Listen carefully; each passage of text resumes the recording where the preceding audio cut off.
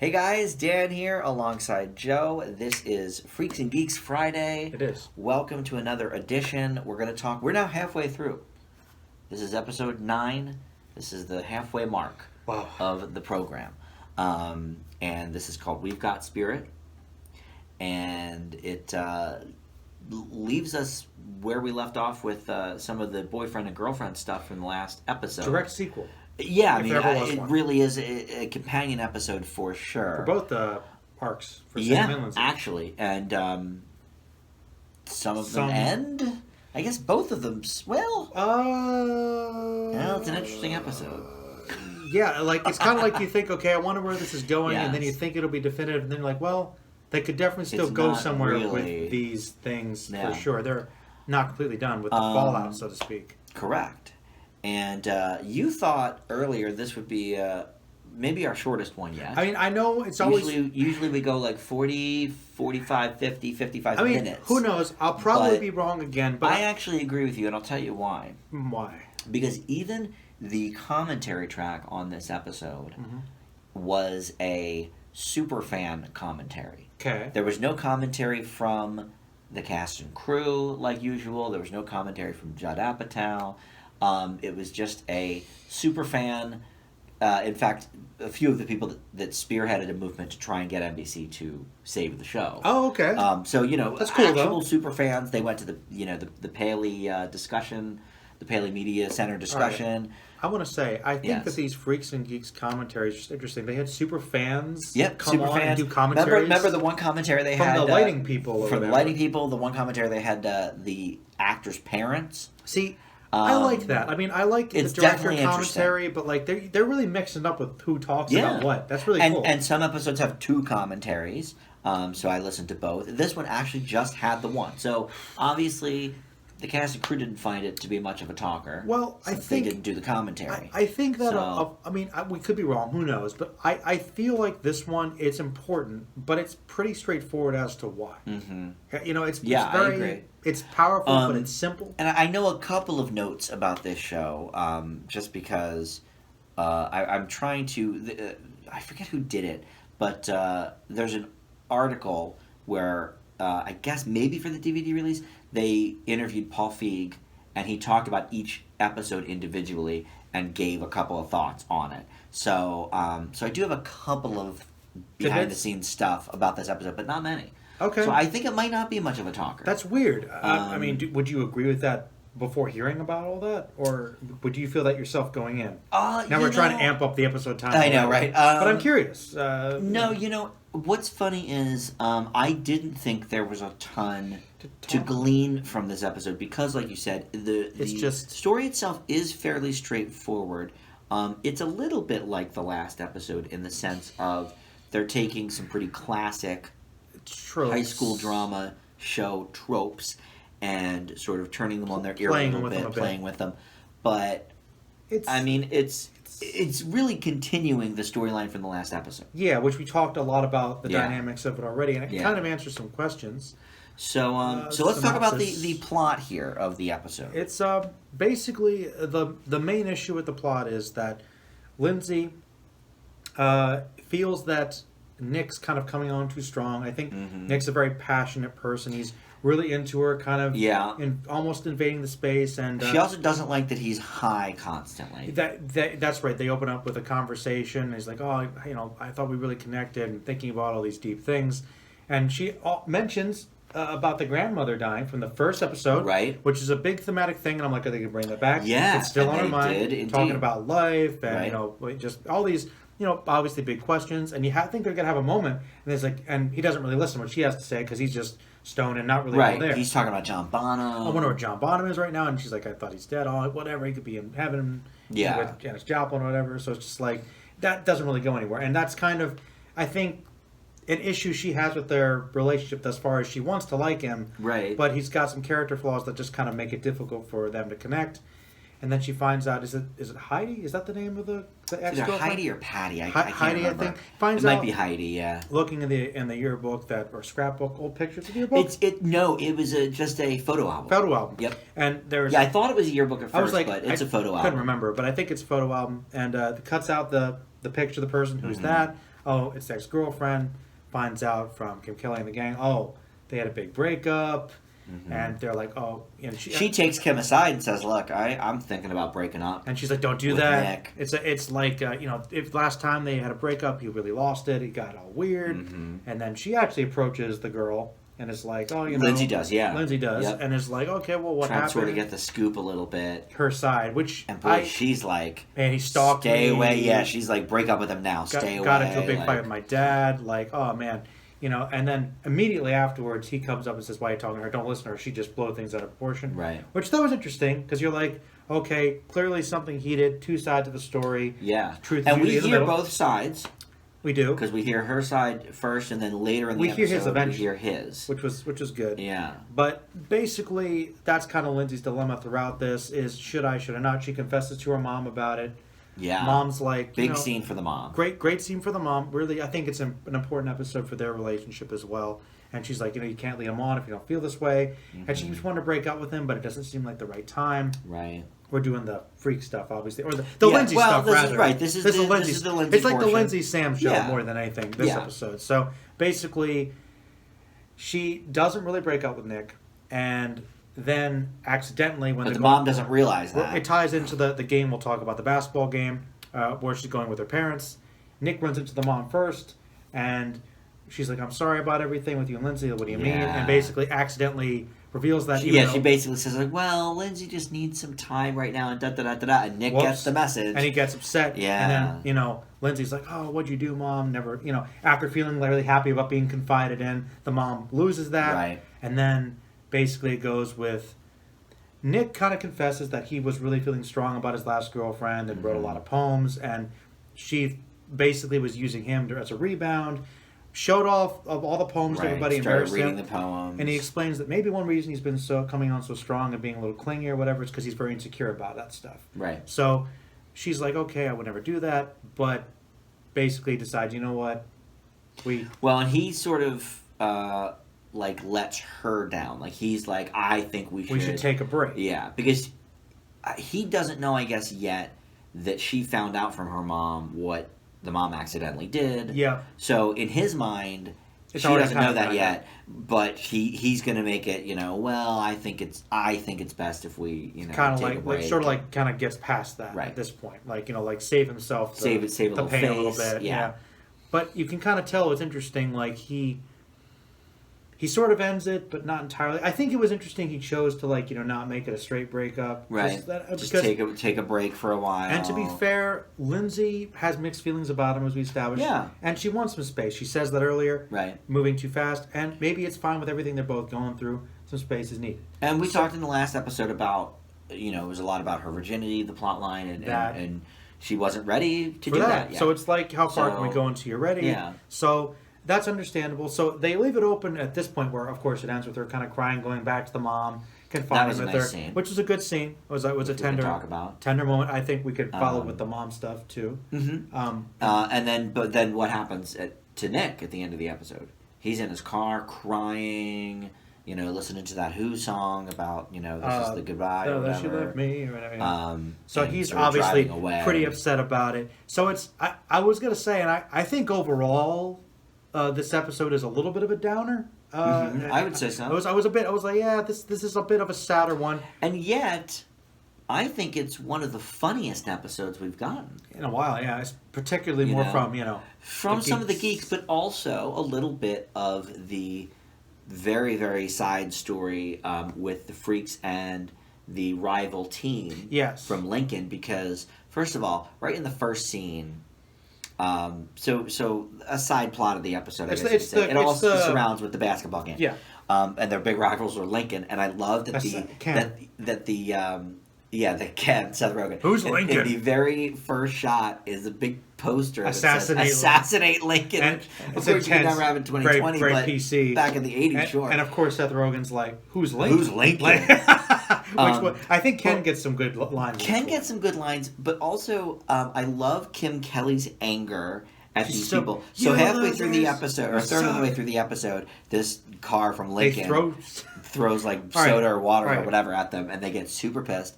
They find them They spray paint. But they don't even find them. This car. The Lincoln car drives by. They follow him. And Kim's like, that's them. She's the ringleader, really. She's the ringleader. So they follow him. They spray paint like you suck on their car. In front of their car. And they slowly come out. All come out of the house. Oh. And Kim starts to go off at the mouth. Tell him, Daniel. Beat him up, Daniel. And more guys come in. And then they have no choice but to fight. And I love how Ken's just puts his nut. Yeah, I love that they have put his dukes out. Just cold half-heartedly. Well, I love how that story comes around because yes, the geek stuff is funny, and we'll get to the geek stuff. But I just love that he doesn't even know who their number one rivals are at the beginning of the episode, and then after their tussle with them, they go to the game. I mean, they weren't going to go to this game. They were goofing on it. I'm glad you bring that up. And then they go, and they're like, yeah! No, that's actually, that is one of the nice little that part. Mini arcs for the Freaks that I liked as well, was that they start off just being kind of obviously anti-establishment. We don't care about the game. We don't know we don't even know who the rivals are. Basketball's stupid. It's like a cult around everybody's, and they get kind of swept up in the camaraderie and the rivalry because of their own issues. And you're right, by the end, they made it personal. And then they go to the game and those suckers, those Lincoln guys, Yeah. So it's funny they get so into it just by proxy that way. It's pretty cool. So I thought that was great. That was a really nice little storyline for their characters. That was good, and as Ken and Danny they're into it a little bit. So that's good. They go to the game kind of beaten up. And I think Seth Rogen is sort of evolving into Seth Rogen more. He's got the sideburns. Yeah, a little bit. Growing a little. And the comments I'm glad he's back. Are coming out. Yeah, he hasn't been in, I think, the last 2 episodes, maybe. Yeah. But yeah, he actually had a little bit of a role. Some good lines this one. All right, so should we talk about... Well, I guess there's more to talk about with the Freak story first before we get on to the geeks and the parents. Yeah. But what do you think of the Nick breakup? Are we happy about this? You bummed about it? He was being, in my mind, very, very creepy in this episode. It was really putting me off. The way he went to her house that night. Oh yeah, that's right. He came to the house and she was like, "Go away!" Okay. Oh yeah. He was just like, "Oh, I just wanted to see you. I wanted to see your face." Maybe this will be a little longer than I thought because I was conflicted. I want to ask your opinion about that scene in particular. I have some thoughts. Okay. All right. That whole thing. Here's the thing. Tell me. I agree that he comes on strong. He does things that are a little creepy, and I can see why Lindsay would be put off by that. I could understand that not working out because he certainly has his faults. Yes. But I like him. I like that he's passionate. I think there's good things. If he grew as a person, if they worked it out, I could see it being something that could last longer, and I'd like that. Okay. But... However, tell me all about it. All right. She clearly didn't like it, because she's just not that type of person. And he's not totally... He's a bit oblivious to that sometimes. Very oblivious. Has to learn the hard way. That particular scene where he comes up to the window, I was thinking, all right, this is a bit much. She doesn't like it. But I feel like a lot of young people, if they're really passionate, one person sneaks over and comes say hi. That's a classic trope we see in movies and in life. Yeah. People do that a lot. And if she was really into him... She'd love it. She'd love it. Yeah, probably. So was that bad, or was that just because she doesn't really feel that for him? So it's not excusable. Well, I think the circumstances surrounding it were bad because he was clearly high or drunk or something. Okay. I want to get in because he was stoned in the beginning. For sure, they actually said it this time. Yeah, but then they say it later in the car when she's first sort of trying to feel him out to break it off, and she's like, "You're high right now," but. To me, Jason Segel played this drunk the whole episode, not high. Maybe the first one. Maybe the first scene I could see that. Like when he showed up to that house. Well, he seemed like he did not seem high. He seemed drunk. So maybe he was. Which is very possible. It's very possible. But they kept going back to the stone thing, the high thing. But they never once really touched on... I think he's got a little bit of a drinking problem with these scenes here that we're seeing. Just the way that so I don't know. Nick's character's kind of portrayed, even the opening sequence where he's kind of his eyes are all shot and everything. Yeah, I think it's implied. Well, even Daniel to some extent. I think they definitely use drugs and alcohol. Let me tell you something about that opening sequence that we haven't talked about yet. I like it, by the way. Love the opening sequence. Bad Reputation, so good. Who takes the best picture? I mean, it's got to be Martin Starr with his big grin. I love. He's the only one that's really ready for the camera. it seems like. Ironically, but I think this is it's still related. We never really talked about it. That actually has my favorite, because you know how we never talked about this. Never. In the opening sequence where they take the pictures, every time they pose for the picture and then they relax, shows that transition between how the characters feel. Yeah. It's either confused or unsure. Right. His I love because he knows what to do, and then he looks like I hate and every then he looks second like, oh of God, that was horrible. School and everything. Yeah. This is hard. Mm-hmm. I just feel like that sells Bill perfectly. My second one is Daniel. I really like that Daniel sits down, he gives them a half a second smile, and then immediately leaves. Just like, okay, but if you notice, yes. So Jason Segel and Franco really needed to portray the stoned factor for their picture. Sure. So when the people before them are taking their picture, Seth Rogen is taking his picture when Jason Segel is next. You can see Jason Segel in the background vigorously rubbing his eyes because he wants to have bloodshot eyes, red eyes for the picture. That's good. So look at that next time the credits come on, and you'll see him just rubbing away. I never caught that. I didn't either until they said it on one of the commentaries. Yeah. But that very interesting. But I guess maybe Jason Segel did something similar. But my point is, they definitely use that stuff a lot. Maybe they do have a bit of a problem. Yeah, and I don't know. They kept talking about the stone nature of the character in this episode. Nick, I think drinking is definitely a factor. Of all those characters in the Freaks gang, I think that Nick seems to be the one that is under the influence most of the time.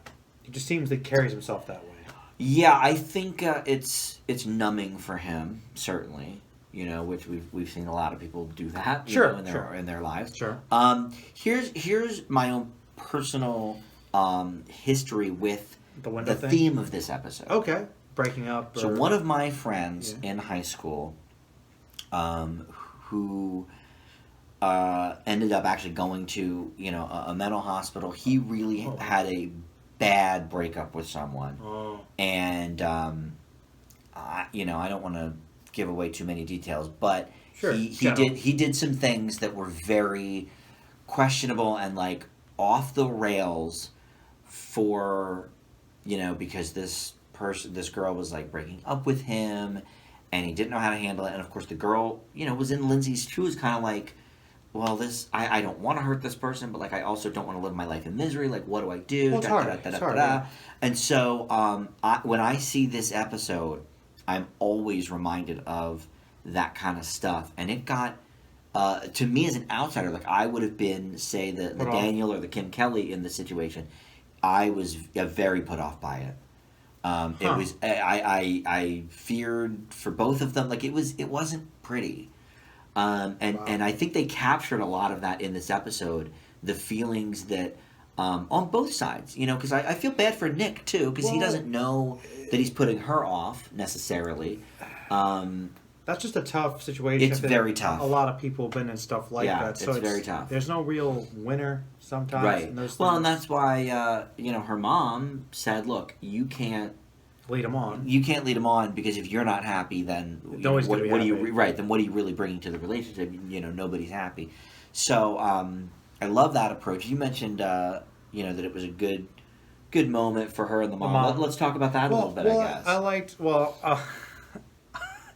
good stuff. I really like the fact that that's kind of been a running theme too with the last episode of the mom. And really, both the parents kind of wanted to keep that relationship with their kids. Well, it's been a theme, I would say, since Halloween. Yeah. Because the Freaks came in and she saw the new crowd they're running with. Right. And her mom wanted her to give out candy with her, and she was like, no, I got to go out. Yeah. So she wants to keep that connection. And so it's like she confesses to the dad, like, it feels like I'm a mom, really, again. He's like, oh, great. He had some of the best lines of this show. His subplot's pretty great, too. Actually, yeah. Which we'll talk about that in a second, but... Little minor in my case. I would have liked to see more of that, actually. I thought that was the best gag in the show, this episode for me. When the Freaks came up in the school but leading up to his... okay. All right, basically the mom, I liked how she feels closer to Lindsay because of confiding in her, but... getting a little too comfortable backfires because she goes ahead of time. She goes too far without knowing for sure what's going on with Lindsay. And Lindsay gets upset because maybe she wasn't sure. She didn't know when she was ready. Right. She's angry at the mom. But by the end of the episode, right. She's like, just comes back again, and it's like that really tender moment. Well, because it's also a huge weight lifted. She now doesn't have to do it. Yeah. Like, yeah, how dare you, Mom? Like, you stole my thunder, but at the same time, it's like Lindsay didn't want to do it anyway. No, she didn't. So she kind of got out of it. So she was upset about the breakup because she still has feelings for Nick, but at the same time, the thing, like, she's relieved that it all came out anyway, and she didn't have to do it. She didn't really have to be the bad guy, basically. Right. Which is, I guess, fine. And it's important to note that, she wasn't looking to hurt him. She wasn't 100% happy about it. It was just tough. She was very sad. It was a tough spot to be in. Yeah, that's so complicated. Yeah. Such a complicated emotion. And like you mentioned, I sort of started talking about something else. We brushed over the comment, but there's two sides to every story. Yeah. So I don't think we necessarily believe Nick 100%. I don't necessarily think we believe the ex-girlfriend 100%. Oh, no. So, I think, like you said, the truth lies somewhere in the middle.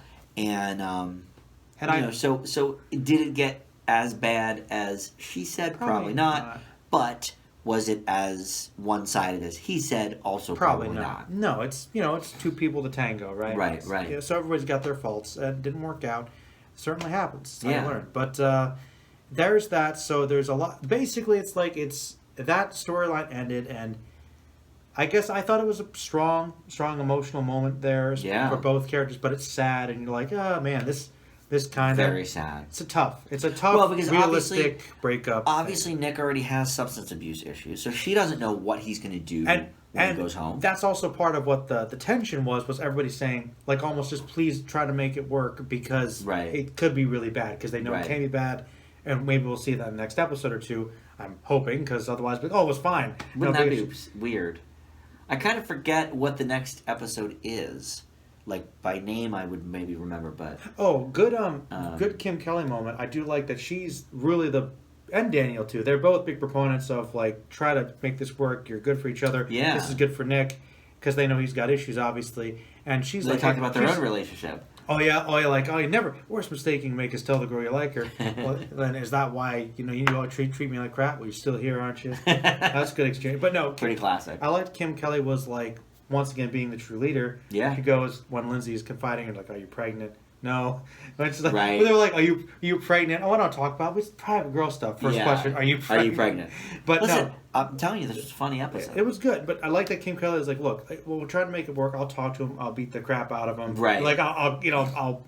So she wants to try and make it work for them, which I believe. I believed it. Yeah, because they're buddies now. Kim Kelly's a friend in the episode that never aired. That would still confuse people. Why don't you start being such a bee? Like it really would. You would think that you missed an episode. Did I miss a week of this show? And you would have, but you would never have known until like 15 years later when they release it on DVD or whatever. So before we get to the geek story, let's talk about the subplot with the dad. Oh, it's simple. It's very simple. It's very simple. Because they want to go to this basketball game and support the team. Because he's a community leader. Right, community leader. And Lindsay doesn't care or believe it, and he's so insecure about it. What's my favorite line? The councilman is gonna have me on the school board. I could have run for mayor, and I would never get respect. I could be the mayor of this town, and I'd never get respect in this house. That was great. That's pretty much it. So classic. But then of course, your friend. He's talking. But he talks to them at the school at the game. The freaks come up, and they're all stoners and burnouts, and the one guy looks at him like, "You know these kids? Yeah, like you associate with these people? You're a high grade. I would have liked to see more with that, to be honest. I know it's not the dad's show, but sometimes it is. On occasion, some scenes, man, he steals them. Mm-hmm. Well, that's why I'd like to see more of him. I mean, I know it's not about him. It's called Freaks Geeks. That's basically the plot with the dad, and it's good. Yeah, very quick and very good. All right, so now we can talk about the geeks. Actually, before that, more. There was my other favorite line was from the dad. Okay. When she's like, "Oh, she's thinking about breaking up with Nick." Oh, praise God. Yeah. Wait, and then it goes a step further because she's worried about what to say, and he makes some kind of comment like, "Well, tell him he's a no good dirtbag or something." Doesn't care at all. That's a start. Just not gentle at all. No nuance there. No, so great. Right. I love him. Maybe small doses is good for him. Maybe we only need a little to bit see goes him. A long way. Maybe because think about it. It's like Seth Rogen. Couple lines, but they're all gold. Couple of comments, but they're all gold. They're all gold. Yeah. All right. So the geeks portion now. It's continuing Cindy. This is probably one of your favorites because we see a lot of Bill and a lot of Sam in this episode. Quite a bit of Neil. And quite a bit of Neil. And Shia. Neil gets some good lines, and we'll talk about Shia as well. Did you notice him right away? I cheated a little because I cheated a little. Oh? I did. I don't know why. Because I forgot. Because I wanted to make sure what episode we were on. Okay. Because I forgot. I'm like, okay. And then I saw 9. And then on Wikipedia, it's got the brief description. I'm like, right. Oh, Shia LaBeouf. Oh, okay. But I still saw him, and I almost missed him because he's so young. He's very young. Before even Stevens. He had actually so young. He had actually just gotten Even Stevens. Because I saw when this was either filmed or aired or something. Like, so he was not famous yet. He did a couple of minor things. Longer hair, and the first scene we see of him is in the reveal, which we'll get to. And I swear, I looked at him, and I was like, I had to wait for him to come on. Seen it a couple times. Because is that Shia LaBeouf? Yeah, I'm the same. I didn't recognize him. The first time I saw this show, I wouldn't have known who he was anyway. But I would say, this time and the last maybe 2 or 3 times, obviously Transformers were huge. Like I knew who he was, but still. That first scene, I always forget when they're at the table. Because it doesn't look like. I always forget, and I think it's just because his features. So little. He's so young. His features are softer. Like by the time you get to the movie Holes, a couple years after, he gets the very defined nose and Shia. Holes was 3 years later. Like it's just he looks like Shia there, and he's bandaged up. He's bandaged up. We'll talk he's about. Got really long hair. It's just he's got makeup and stuff for the so it's like partially covered. Yeah, and I'm like, I honestly, Classic Shia. I had to really look at him like, is that Shia? I didn't know. Yeah. I didn't know. But that was really cool that he was in this, and he's got a good couple scenes. He really does. Actually, he has a little bit of a minor plot, too. Great character, actually. Yeah, Herbert. Horrible name, but good character. Herbert West, Reanimator. Okay, there you go. I don't know too many Herbs, to be honest, but... I have an uncle Herb, actually. Wait, Herb Welch. Who's that? What about Herbie? The Love Bug. Oh, Herbie the Love Bug. On, Yeah. Man. Herb Welch. Oh, Herb Welch was like a 90-year-old character they did on SNL once. Unky Herb from The Simpsons. DeVito. Wait, is he Herb? Unky Herb, yeah. The car? No. Wait, what? Yes, the episode with the car. Yeah, Homer's brother. Yeah. Yeah. It's Unky Herb, yeah. Herb Simpson. Good cameo. Great cameo in both episodes. Two episodes. Yeah. The baby monitor or the baby translator. Yes, it saves him. Yeah, actually. Different podcast video series. Yeah, actually. Okay. The Great Simpsons guest stars. We could do videos about the Great Simpsons guest stars and devote each one, like Albert Brooks and Danny DeVito and Rodney Dangerfield, all of them. I'm down. Sarah Gilbert from Roseanne. And James Woods. I know you don't like him, but we did the James Woods one as well. Anyway. Right. Well, that's a topic for certainly another day. Let us know. I would be interested in that. Look, the only reason I bring it up is because this guy's like the biggest Simpsons fans I know. The ideas keep pouring out of me, and I never do them. You're a big Simpsons guy. I am. You should do some Simpsons content at some time. You're not wrong. You're like the biggest fan, and I'm just saying. But something a little different would be the guest stars. Something a little more... Just like Simpsons episode reviews. There's a million of those. A billion, yeah. But I think we could do that. Or maybe we could make a list and count them down one episode. Okay, anyway. See, this is the problem. This is the problem. I have too many ideas. Okay. Same boat. Anyway, same boat. Geeks, we'll get back to that. Okay. Basically. The video's a half hour long now. See, we haven't even gotten to the Geeks. Whew, okay. The basketball game is very important with the Geeks, as is the Shia LaBeouf Herbert character. Yes. So let's talk about why. Basically... So like you said, it continues the Cindy plot. Sam is still, really got a big crush on Cindy, who... Todd, the jock's name? Yeah, she loves this Todd. Star basketball guy, and Sam's just still there like, okay. In their first scene, we see her dressing his locker. Dressed with the all these like decorations and stuff, and he kind of comes by and doesn't really... He didn't even care. Doesn't even acknowledge it. He's just like, oh, looks fine. By the way, love the writing for Todd. It's classic. Like, it's really good, and I was ready to anyway. It's okay. Although, you like his. There's a bit of a change of character a little bit. Well, we learn more about it. Yeah, don't make assumptions like Sam does, but he doesn't seem like he's interested in Cindy. And Sam's like, I would appreciate it if you did that for me. I would be really grateful, and Todd doesn't acknowledge it, and so basically, all right. This could be like a segment into itself. I know, you're right. But basically, there's an opening with the cheerleading squad for the mascot because Herbert, gets injured. Shia LaBeouf gets injured. He starts getting up on the table and dancing for and everybody. then the table collapses. Table collapses. He ends up like busting his head up and breaking his knee or whatever. All the time, breaking his elbow. Neil's got this running commentary of how he sucks. It's not comedic genius. Not funny at all. It's got to be funny. I'd be a much better mascot. Yep. But Biff, wait, hold on, before we continue, Biff. Oh, Coach Biff. Coach Biff runs over and makes sure he's okay and everything. Whereas Kim Kelly and Daniel are having a hoot about it. Well, look, okay. Great scene. Great scene. I think that the mascot at the the mascots in sports games are one of the best things for me because I'm not a big sports guy. I like a mascot for the team. Yes. I've seen plenty of cool ones. This is probably the most horrifying one I've ever seen. Okay, so wait, I do have a backstory about this. Is it based on the counselor's face? It looks like him. Here's the thing. The Viking. I have the story about this. Cool idea, but horrifying looking thing. What they thought they were commissioning was a very cartoony type of mascot, right? Yeah. So they get the actual costume back. Yes, it's like that. It's like this big close-up weird thing, and they debated well, what should we do? We spent a ton. I mean, it was thousands of dollars. It looks well made to make the costumes. They're like, what should we do? And then they were like, oh no. We'll sort of rework the episode into talking about how hideous the costume is. So originally, it was not supposed to be that creepy. Well, but it worked for the episode. I'm glad they brought attention to it because that was a horrifying looking Horrifying. Like people are. Why is nobody? Horrifying. I guess some people do acknowledge that it looks bad, but it's just like, man. They say in the episode it cost $600. $6,000 probably. But right, I mean they had it made 30 years after the episode would have taken place, or 20 years after the episode would have taken place. So yeah, it was in the thousands. Paul. I mean, like I said, it's a well made mask and prosthetic, but it's creepy as hell. Creepy looking. Yeah. It's like you can tell it's not cute or inviting at all. And so that's the funny thing. Sam gets in. Well, it works so well for the comedy show because it's so off-putting. Like, of course, they'd have the school would have this horrible mascot that they can't get rid of because and it's here's the thing: NBC was always harping on them to be more positive and have these people, win once in a while, and this, that, and the other thing. So they spend all this money for this costume that they think is going to be cheery, and then it's still hideous. It just fits in completely with the tone of the show. Yeah. It's just oh man, our horrible mascot. Yeah. It's so cool.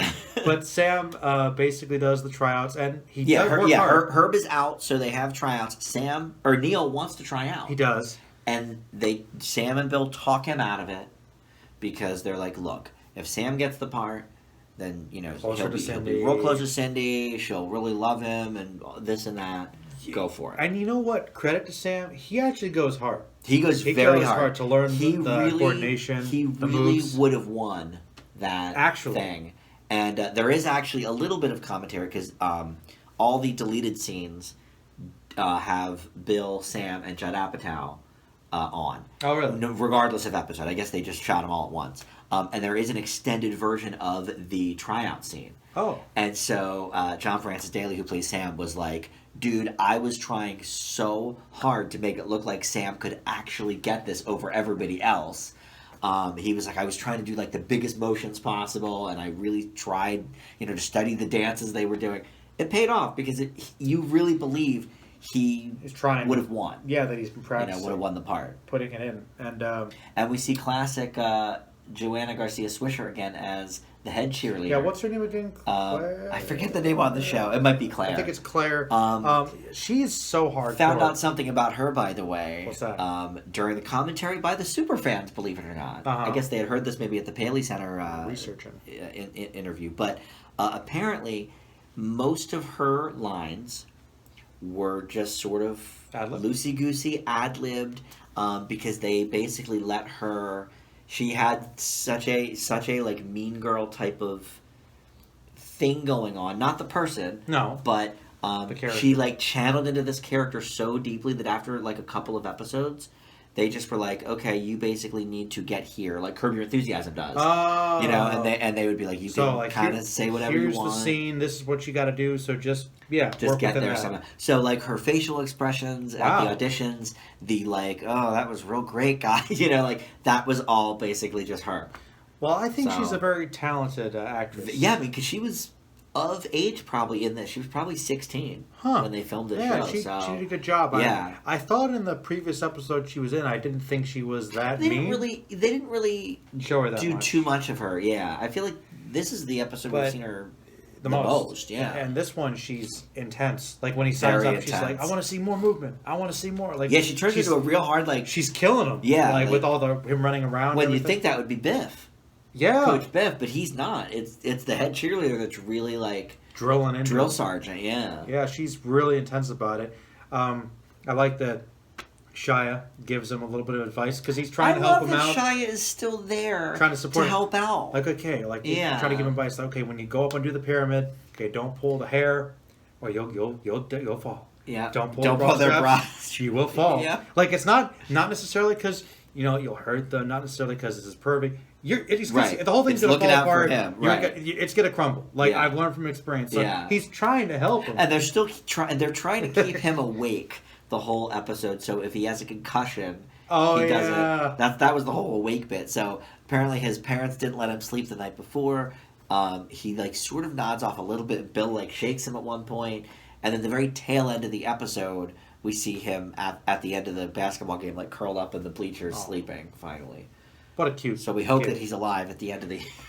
episode. I hope Shia makes it. Yes, he was a very cute little Shia. But I thought he was a good little part. I just love that he was trying to help Sam out as being a professional mascot. So what happens then with Sam basically, and Cindy and Todd and the whole thing? All right, well, Todd asks out Cindy. Yeah, and finally. Sam's like, oh, well, I don't know. Well, after Sam tries to push it away. The first he time. Tries to say, like, he's not interested, like... He's probably got a bunch of girlfriends. And then when he's got the mascot head on, he sees them. They're making out. She's like, oh, and then she says, okay, he asked me out. We're going to go out now. And he's like, oh, man, he's a jerk. Right. He doesn't even, pay attention. He's not nice to you. And she does not take that well. She doesn't take it well, but the most hilarious part of it is, for me, is, she still can't tell that it's because he's jealous. She just thinks he's stressed. So silly. Don't take it out on me because you're stressed. Yeah, because you're stressed about the game. Like Cindy, come on, you're killing me here. He's at least dropping know why. So many hints. It's so oblivious. Yeah, killing me. People are like that though, right? I know, and that's the real. It's real. Of it. That's the real deal. That's the real. Hurts. So basically, Sam gives up. He's going into the locker room and runs into Todd. Best part was Todd. Probably the best scene, possibly in the whole episode. It's pretty good. Wow. It was a bit of. I thought it's a pretty good scene because I'm like, okay, it is a good scene because you think, okay, great character development. It really is because Todd, he doesn't seem to care. He is kind of just full of himself, star athlete. He's thrown up in the bathroom. Yeah, and Sam's like, what? He comes out and he's like, oh man, He's like, are you sick or something? No, it's just nerves. He's nervous. He's got a lot of pressure. He's the star. Which made me realize when he was going to the locker, his mind was on so many things he didn't probably even notice really what was involved. Right. So he's stressed. So the fact that he doesn't pay attention to Cindy isn't because he's a jerk. Right, has little to do with Cindy and everything to do with he's the star of the team. He's got all this has so much pressure. He's like, he's nervous. Which we don't think about. We don't think about and that's athletes. They get this reputation. They don't want to lose the game. You and I were not the jocks of the school. We weren't, but I'm sure it's not something that I ever really thought much about. But a lot of people get behind the teams. They get into the spirit of it. Right. They look up to some of these kids, and lots riding on it. And that they don't want to do badly. Right. They don't want to lose the game. Well, and even Sam and Lizzie's parents are going to this game because it's a big community thing, and that's what he calls it. He calls it a big community event. And so. And not only does he show that side of himself, he's like, hey, I saw you out there as the mascot. You're doing a good job making us laugh. Him a compliment. And it's like, wow, really said he's a good team player. This is probably the best scene of the episode. Because I was like, it's so subtle, but I'm like, they showed the jock has feelings. He's a person. There's much more to him than we didn't think. I was like, he probably is a jerk. I agree with Sam. Right. Sam's just assuming that based on his own biases, what he wants with Cindy. And then he kind of admits, hey, with Cindy, he's okay. And I like that. And then he sort of admits, he lies to her, but he says, "Oh yeah, I was stressed about the game, stressed about something else, really." But really, it was something else. So that's great for Sam. But then there's the sub thing where Neil takes over.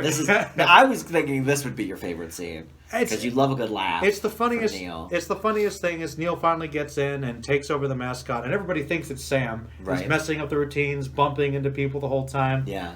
And up in the stands doing bits. Actually, earlier when Neil was critiquing everything and saying, "Oh, like you gotta do like a luau or something." Look, he's got that plastic sword over there. He's not even using it. It's like, how would you use it? And Bill's like, you know what? I can't afford to be seen. You think that's funny? He doesn't think any of his bits are funny at all. He really doesn't. It's like he hates his bits. So, I don't know how they're friends. But basically, that's it, and the whole thing just becomes chaos. And did they mention Steve Martin in this episode? Yeah, he says like Steve Martin. Okay, I couldn't remember if that was on the deleted scenes or not. No, but he was like Steve Martin doesn't always do a good bit, but he still rolls with it. Yeah, they were talking about how basically people that are always you see them and they're always funny. They don't feel like always being funny. He's like, do you think Steve Martin wants to go out every night and, is in a good mood? But no, he grabs his hat and he grabs his banjo and he goes out That's true. It's very true. It's like anybody with a job. I mean, you think that every time Steve Martin or Jerry Seinfeld goes out, they're always feeling their best and want to be funny. Right. Sometimes they might just have to do it and do their best, and many times they pull through. Well, and, it's funny, and this is, as always, a topic for another time, but, I was thinking that with Jim Carrey. You know how much I love Jim Carrey. But a lot of people say, he's difficult to work with. He's an a-hole. He's intense. But the truth is, he has to be on a lot. Think about all the energy that takes a toll. Robin Williams. I was not going to go Robin Williams. I think it's the best example of made a lot of people laugh, seemed happy, and was trying to, but wasn't always feeling like that. I think that was a very prescient moment that Neil said. That's true. Even you got to remember the comedians they're trying to do their best, but they're not always having the best day. Right. So that's Absolutely. a very poignant line. But I also really liked that it kind of tied back into what Herbert said. The advice that he gave Sam, Neil didn't hear about.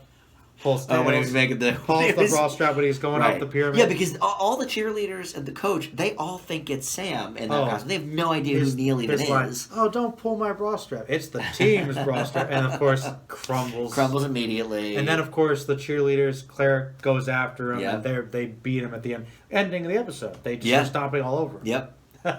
Classic ending. So not a bad ending. One of the things that Paul Feig discussed in the article was that this is one of those examples of NBC wanted them to do a feel-good episode.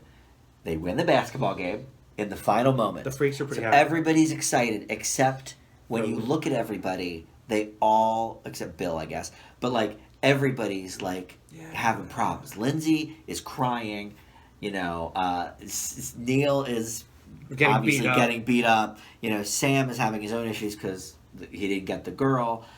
Nick obviously is crying. It's even the feel good episode. The Freaks are happy because the team won, but they're all they just got beaten up. They're bleeding. Right. So it's it's the classic Freaks and Geeks. Again. They take the classic trope and flip it. The big team wins the big game. Well, and I guess I don't know.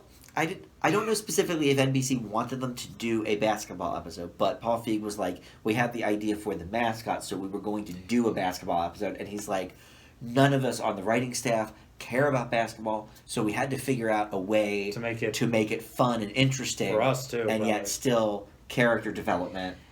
Which I think they pull off really well. They did a good job. And minor note, I'm actually glad they did basketball instead of football. Football is very basic and common. I feel like that would. I think basketball was a little more interesting than I think football would be the one they typically go to. Yes, you know what I mean.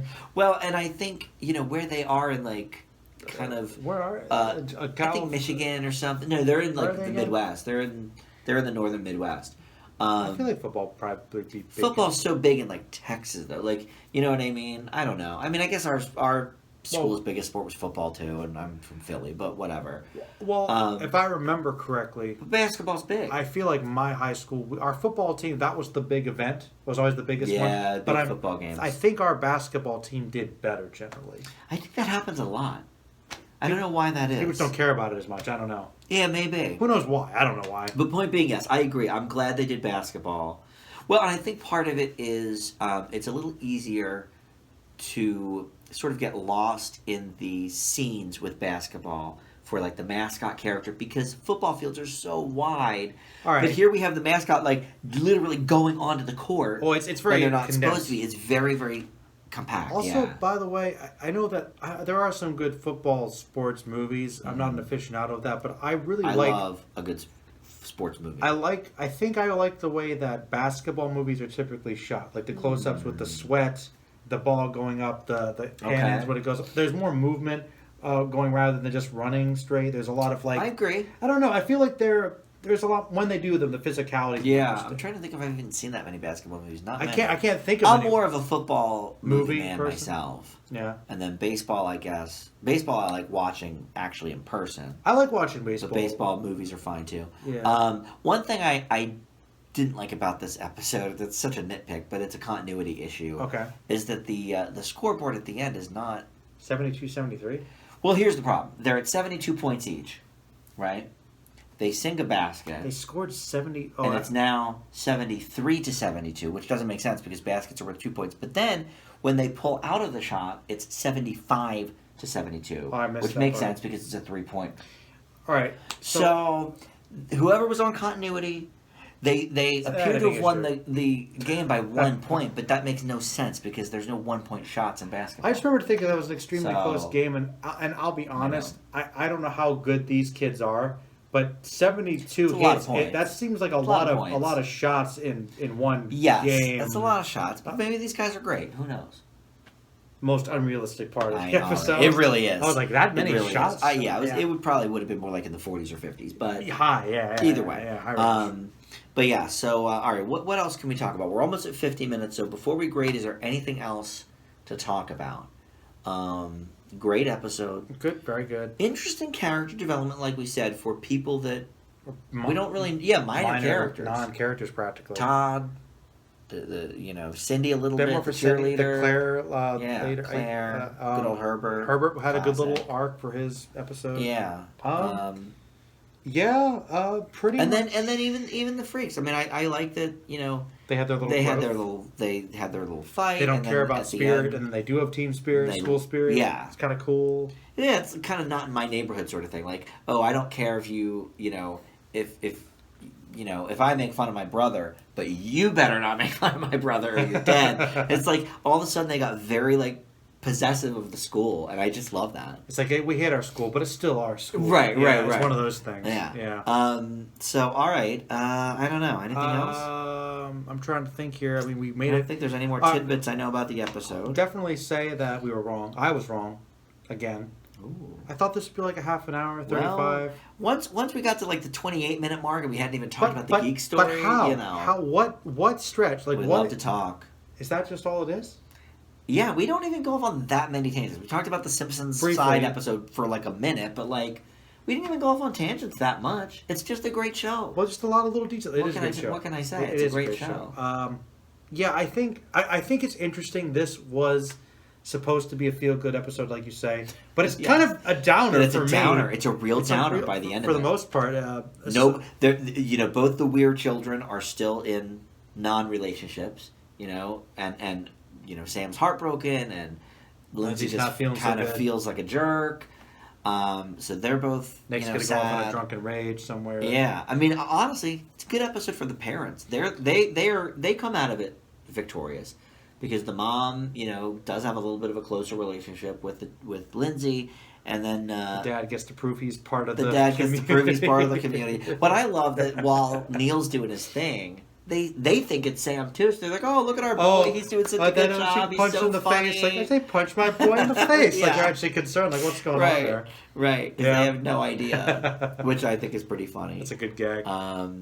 Does Bill know? I think Bill knows, right? He must, because Neil's not with them. I don't know if he knew. Because Bill's with Shia LaBeouf up there. I think. All right, I'll say this. Bill usually steals the episodes. I think this was not. This is a very Bill light episode. Light on the Bill, I can't even think of many great stingers here. Oh, no. I do like that. That's right. When he says he's not funny, that's pretty good. That was probably the best part when he leaves and says, "I can't be seen with you." Yeah, that was a good bit. But I gotta get the pop culture stuff in, of course. Convince Sam, convince Neil not to go for it. Help me, Obi-Wan Kenobi. Like, that is pretty classic. You had to go ahead and quote the Star Wars on me. Okay, yeah. Okay. But that wasn't a Bill. That was a Sam. That was a Neil. Yeah. So that was not a Bill thing. Yeah. Either. So I'm You're saying, right. I think that was Bill's best one, was just Neil's not funny. Yeah. That was his gag. Which was good. It was a good one. It's fine. Hey, he got to be with Cindy like not too long ago. That was funny with the yeah. Last episode he was great with the farting chair. With the like cut the cheese and the welcome back Cotter. Chair. Well, it was great. What's that? That's pretty good. So yeah, this wasn't a Bill heavy episode, but they don't have to all be. Great character development for many people. I'm really glad Seth Rogen came back. Yeah, had some good lines. Yeah, I really like it when he's there. It was actually, he kind of opens the episode basically. So actually, he had like one of the first lines. He had like his own scene basically, which I appreciate. I'm just like, I hope before this show's over that Ken gets to like be more than just a line or two, because it's great. But I'm like, you love him. Well, let's say he's one of your favorites. Like I said, of all these people, I think Seth Rogen is the one I'm the biggest fan of. So it's ironic that he's basically barely in this show. Like, he's good, but he's very sparingly used. He's like the opening credits, so I feel like he should be. Yeah. Though then again, Kim Kelly is Kim Kelly's in more episodes. Busy Phillips is like not even acknowledged. Correct. Yeah, she doesn't get a picture. All right, so what do you think the grade is for this? I really think this is another solid one. I would say this is like an A-. I was thinking B+. So, is that right? So you got to talk me up. Why A-? Because of the subtleties. The subtleties of, taking, once again, like we talked about with the virginity episode. I mean, they really took this basic trope that we always see and really flipped it on its ear in ways that I think are very interesting. Character development that is so subtle. It's very subtle, done in this episode. Which I think is great. And much like I think Girlfriends and Boyfriends was, I think this was a pretty even-handed Freaks and Geeks episode. And tied in with the and tied in very well together. You're right. A- is probably good. But I think it's an A-. But I think we could agree that there's definitely episodes that are better. Yeah. But this is still A's and A+'s I'd give it for sure. It's very good. When I originally saw this today, I was thinking B+. I was with you. And then when I watched it the second time with the commentary and saw some other things, I was like, This is the problem for me. Every episode's great. That is a problem. I'm looking for something interesting to say this one sucks, so we can have a different episode for one instead of it's just always great, but it's not one of the greatest for no reason. Right. So my issue is this. I think I watched the show, like this episode. This episode I thought, okay, look, this is good. This is very solid, good TV. But I'm like, like I said, it was straightforward, fairly simple idea. We get it. But then the more we talk about it, all the nuances and little things come out. Yeah. And it's just like, okay. And you've talked me up on a couple episodes the same way. It's because there's just a lot of simple. There's just a lot of little things. You realize there's more going on than you initially think. You realize how brilliant the writing really is. It's very good, and the acting and the direction and the subtleties.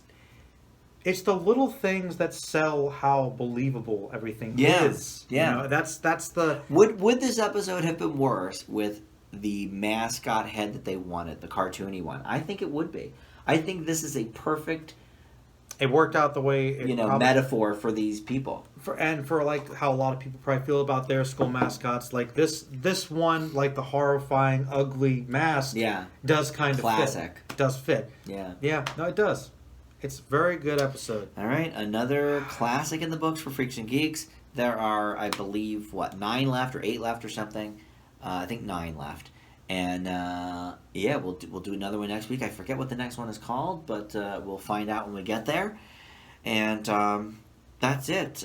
Thanks for joining. As always, love having you on the program, Joe. Thank you. Also known as Merlin the Mighty. Check out the Merlin the Mighty channel. So many good things. You're working on a lot of different shows too, like I am. You're doing the Flamethrowers in Cinema. Joe Loves Movies. Drinkable Alchemy has its own channel, but you put those on Merlin the Mighty as well. Sometimes I put up a video on there to promote it because because that's its own channel. Drinkable Alchemy is another channel. But my buddy Gimli and I, we're doing that because he loves drinking beers and whatnot and trying out new ones. So it's fun. It's really. The channel was like a vehicle for me to just kind of like edit my videos. Yeah, work on your editing skills. Kind of incentive to kind of help him with that too. So it's fun. It's just fun to do that. So yeah. But sometimes you'll put those on your own channel too. I mix it up, but like the majority of the videos will be on Drinkable Alchemy if you find those entertaining. So you can check that out too. There's that. So all right, well that's it. Thanks so much for watching. We'll see you next time. Bye.